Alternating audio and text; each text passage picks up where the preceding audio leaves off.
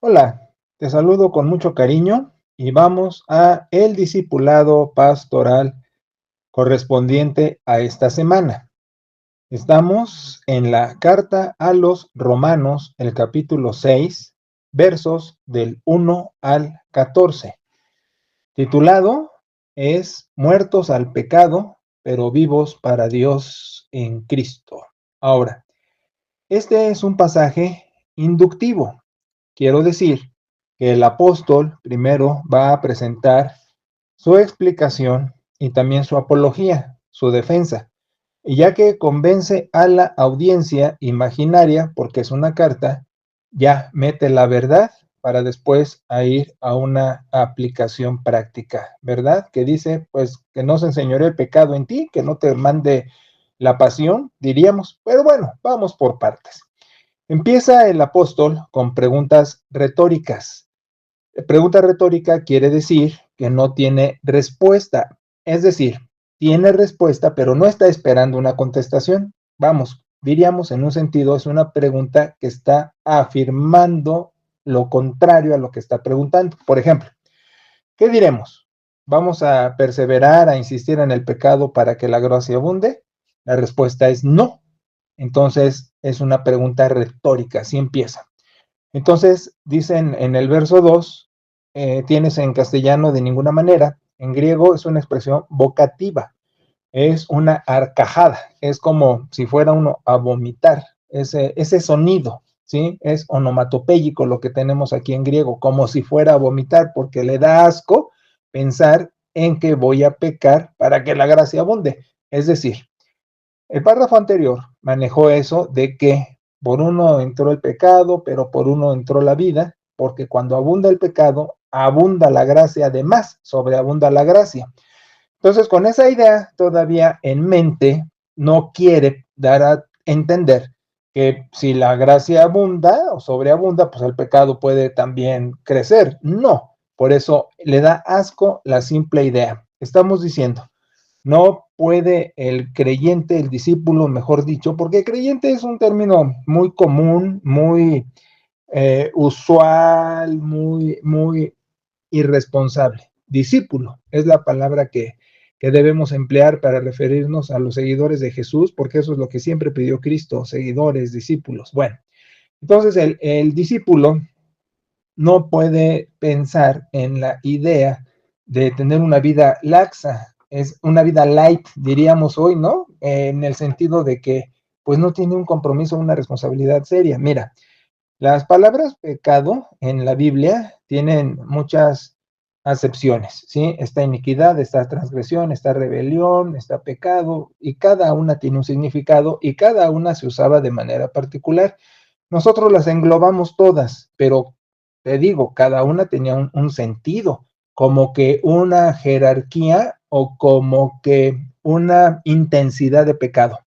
Corrijo lo de jerarquía porque no queremos dar lugar a creer, como la doctrina escolástica, que hay pecados veniales o capitales, ¿no? Más graves unos que otros. No, el pecado es igual, puedo ser un asesino, que un adúltero, que una mentira blanca, es pecado, es quebrantar la ley, por decirlo así, y entonces estoy en el mismo nivel, el pecado está en el mismo nivel, pero cuando me refiero a intensidad, la intensidad del individuo para hacer lo que hace, por eso iniquidad, transgresión, rebelión, se llevan el interés del participante en tal acto, ¿sí? Porque te diré, a todos se nos escapa de vez en vez algo que no está bien, una grosería, un mal pensamiento, un enojo, pero vamos, nos sale y tenemos que corregir, como va a decir el apóstol, unos capítulos, un capítulo más adelante, en el 7, eso de que el querer hacer el bien está en mí, pero no el lograrlo porque se me sale.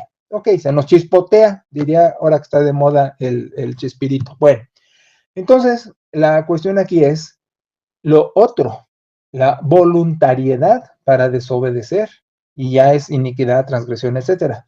Es el mismo pecado, tiene el mismo nivel, es la misma ofensa, pero la intención es la diferencia. ¿Con qué intensidad, con qué intención quiero ser rebelde? ¿O es accidental o es con todo propósito? Entonces, sí existe un tratamiento para tal acto. y el tratamiento es disciplinatorio. Lo que te estoy diciendo es, a más cercanía de Dios, más cuenta de mis defectos y más prudente me hago. A más distancia de Dios, soy más irresponsable y en consecuencia, con más voluntariedad, hago mis actos indebidos. Entonces, el resultado va a ser una disciplina divina donde me va a dar un jaloncito de orejas para regresarme al redil. Y ese jaloncito de orejas, no estoy hablando de que Dios está atrás de uno castigando los pecados, porque eso está en Cristo. Ahí está la expiación de los pecados. Pero sí estoy diciendo que cada acto paga factura. He insistido y he dicho mucho a los jóvenes, no hay nada en la vida que hagamos que no traiga olas. Nada. Cosas bien intencionadas, mal intencionadas, no hay nada que no traiga olas. Entonces las consecuencias son las que vamos a padecer y es una manera disciplinaria de Dios para corregir. Bueno, regresando al asunto aquí, entonces el apóstol dice, ¿cómo voy a perseverar si ya morí al pecado? Estoy muerto al pecado. Entonces viene la explicación, cómo es que está uno muerto al pecado y habla del bautizo. Fíjate que aquí, como en Pedro, capítulo 3, verso 21, se explica claramente lo que es el bautizo. Yo sé que hay muchas ideas acerca del bautizo y muchas muy cuatrapeteadas. Por ejemplo, yo como oveja, nunca se me hizo ver que el bautizo de Juan no era el bautizo de Pablo.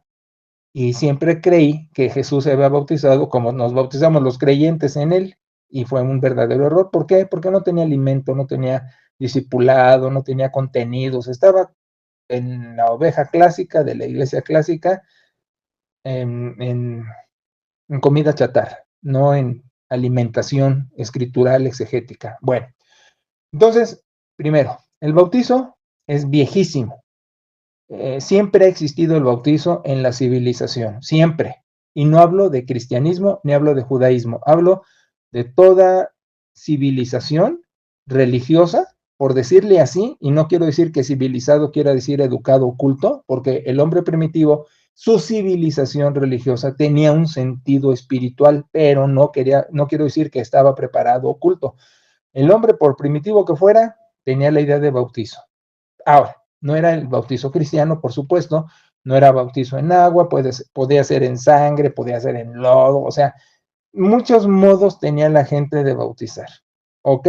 Y siempre tenía un significado de carácter religioso. Ahora, en el paganismo, los bautizos también tenían un acto de iniciación como novatada.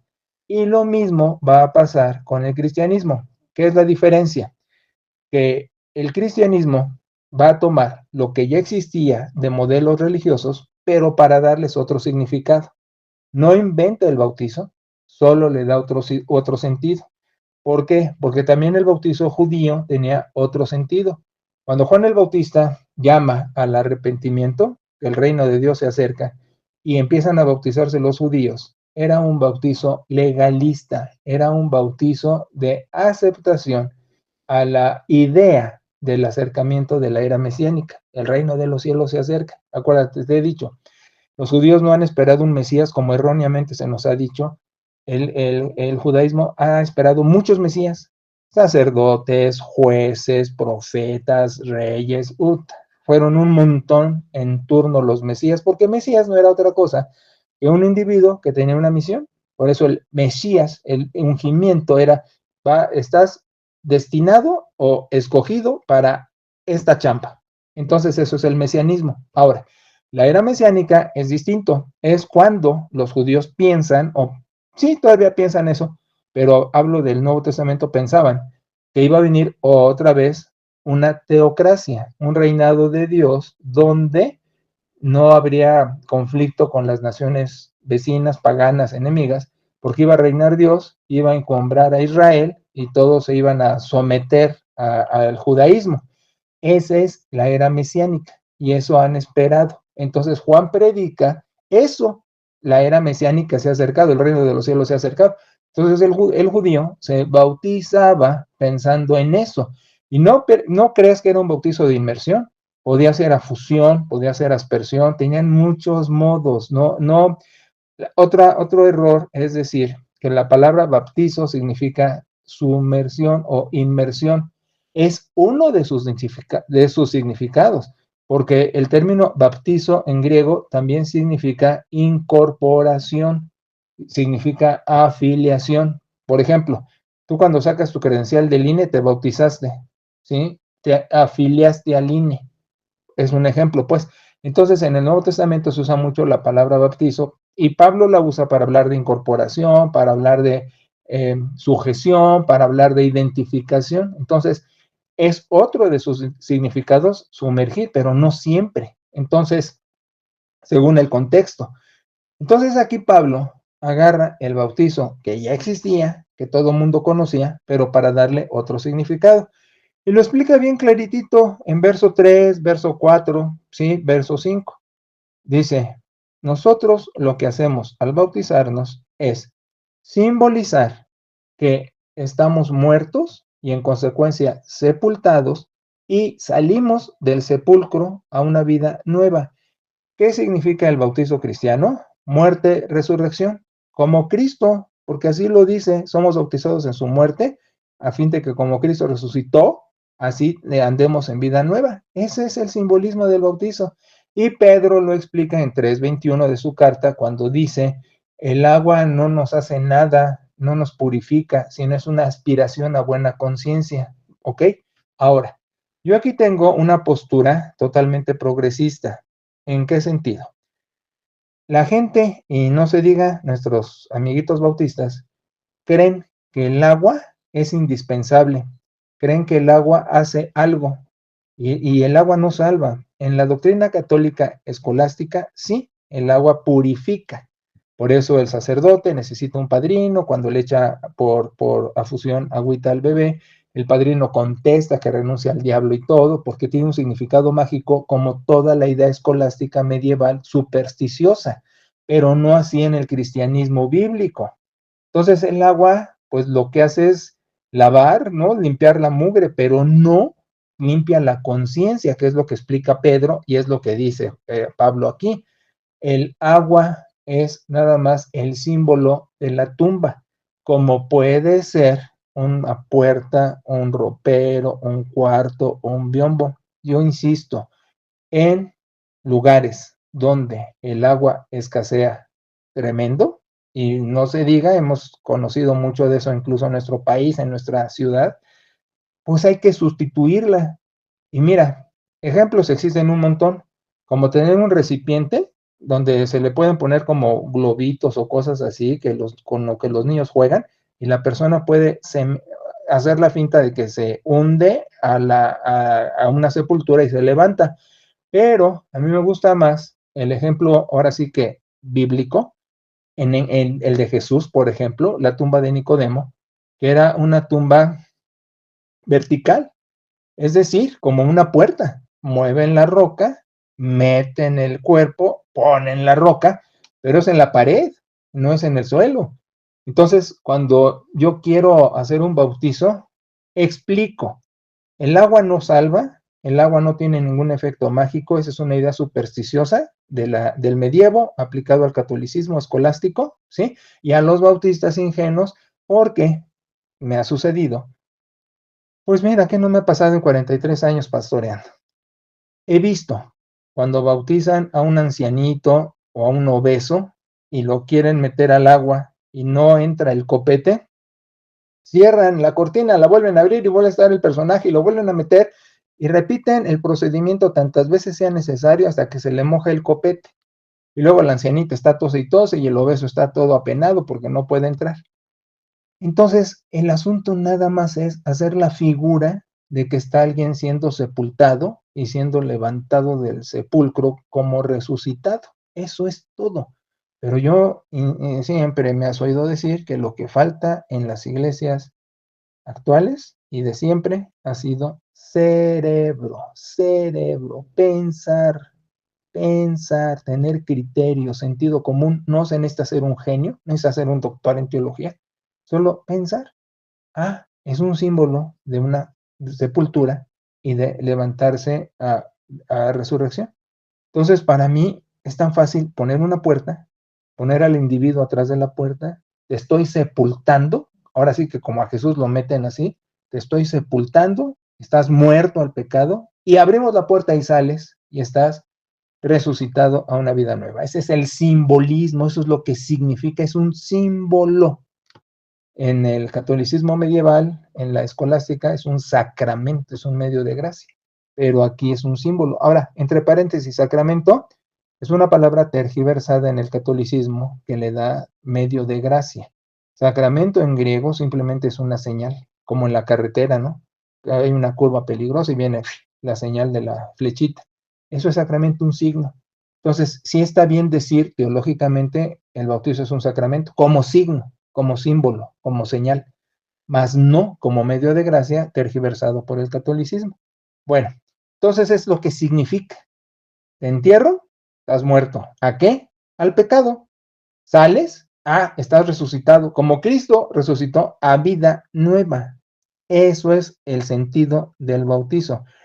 Entonces todo lo que continúa es lo que está haciendo la apología Pablo, adrede de que no voy a pecar más para que la gracia abunde más o sobreabunde. Entonces dice, si vivo con Cristo, pues, es decir, si morí en Cristo, ahora vivo para Cristo, ¿no? Esas preposiciones yo las uso mucho en el juego de palabras para hacerte ver esto. Cristo murió por ti y resucitó para ti. Y en el bautizo es la misma jugada. Tú mueres, ¿sí? Para Cristo y te levantas por Cristo. Las empleo al revés, pero es lo mismo. Es decir, vivo para Dios. Eso es lo que está insistiendo el apóstol Pablo. Entonces dice, si ya me levanté y ya no estoy en la vida pasada, no puedo vivir como vivía porque ya no soy lo que antes era, porque en Cristo hay una renovación de mi vida, hay una restauración de mi vida. Entonces dice el apóstol, pues vives entonces para Dios, estás muerto al pecado, pero vivo para Dios. Es decir, el pecado no te debe gobernar, no debe enseñorear, no debe reinar. Debes de sujetar el pecado a tus pies y sujetarte tú a Cristo, si me puedo explicar. Mira, empecé con esto de que hay diferentes palabras y acepciones del término pecado, que también de una manera general, pues todo significa eh, perder el contacto con, por decírtelo así. Estoy conectado con Dios, el pecado me hace perder el contacto. Y no hay pecado más grande, todos son igualitos, nada más la intención del pecado. También dije que hay veces que se nos sale. Ahora, aquí la cosa es esta. Mientras más esté en Cristo, menos se me va a salir accidentalmente. Mira, te lo voy a poner de otra manera pragmática y haz de cuenta que no estamos metiendo espiritualidad. Son hábitos. La vida consiste en hábitos. Otra cosa pragmática que les cuesta trabajo a las gentes entender dentro de las iglesias. El chiste del discipulado es la sustitución de malos hábitos por buenos hábitos. El hecho es este, no podemos quedarnos sin hábitos. Estamos siempre acostumbrados a hacer cosas. El crecimiento espiritual o la espiritualidad o la santidad, aunque no me gusta usar ese término porque también está muy choteado, santidad le dan el sentido de que soy como que mago y ando arriba del piso y hago milagros y tengo carita de así de que no rompo un plato. No, santidad quiere decir le perteneces a Dios, pero regreso. El asunto del discípulo es el hábito de poner el buen hábito sobre el mal hábito. Y mientras más lo consiga estando en Cristo, más santo me hago, pues, ¿sí? Pero no que haga milagros, sino más comprometido y más responsable soy en mi vida. Entonces, menos tengo chance de que se me salga lo que se me salía tan natural. Ese es el crecimiento espiritual. Es una fórmula mágica pragmática. La gente dice, voy a orar muchas horas para que se me quite el hábito de mentir. Bueno, no dicen hábito, para que se me quite lo mentiroso. No, no tienes que orar muchas horas. Lo que tienes que hacer es muchas horas, hacer el hábito de decir la verdad por el hábito de mentir. Y va a llegar el momento que va a crecer más ser veraz que mentir. Entonces menos se te va a salir. Y no hablemos de lo intencional. Si ya estamos en Cristo, pues menos voy a querer adulterar, menos voy a querer robar, menos voy a querer dañar a alguien. ¿Me explico? Igual, por ejemplo, mira, hay gente en las iglesias muy escandalosa a las cosas pequeñas, pero omite las grandes. ¿A qué me refiero? Señalan mucho cosas de otros, pero ahí ya está un problema, el chisme, ¿sí? El estar juzgando. Entonces, ¿eso qué hace? Que crean que son santos, entre comillas, porque señalan lo que otros hacen o no hacen, y con el chisme están haciendo peor, me explico, hay intencionalidad. Entonces aquí el asunto, regreso, es cerebro, es decir, tengo una vida comprometida con Dios. Ok, ese es mi discipulado. Sí soy auténtico, pero comprometido. No caracterizo ni me pongo disfraces. Soy discípulo, soy auténtico, pero por hábitos estoy sustituyendo lo incorrecto por lo correcto. Cada día, tomar mi cruz cada día y seguir a Cristo en oración, claro, me aplico y cuido mi comportamiento. Entonces los hábitos buenos van a ir sustituyendo los malos y la intencionalidad de faltar va a disminuir. Eso es lo que está diciendo el apóstol. Yo en vez de decirte lo místico, mágico, así de rodillas, lo que te digo es, abre los ojos, como decían los Joao, usa el cerebro y date cuenta los hábitos nuevos que tienes que adquirir para sustituir los hábitos malos. Mentir, chismear, enojarse, maldecir, todo eso. Y ese es el crecimiento espiritual. Esa es la fórmula mágica que insiste el apóstol. Muerto al pecado, pero vivo para Dios. Entonces no voy a presentar nada de mi persona, ni mi boca, ni mi mente, ni mi ojo, ni mi lengua, ni mis puños para lo malo, sino me voy a presentar a Dios como vivo de entre los muertos porque he sido bautizado en Cristo, que además no solo es el símbolo de la puerta, del agua, de eso, sino bautizado también es incorporado. Al estar en mi discipulado, estoy incorporado con Cristo, por eso vivo para Dios y muerto al pecado. Por eso la aplicación. ¿Quién es mi Señor? ¿Los hábitos malos o Cristo en los hábitos buenos? Así termina el apóstol, verso 14. El pecado no me gobierna Dios. Y al gobernarme Dios, tengo los hábitos buenos que sustituyen los hábitos malos del pecado. ¿Te fijas? Fórmula sin misticismo, sin superstición, 100% pragmática, 100% racional, pero 100% espiritual, porque dependiendo de Dios, le entrego mi manera de vivir, mi manera de pensar, para que cambien mis conductas. ¿Qué te parece? Bueno, hasta el próximo discipulado, bendiciones y saludos para todos.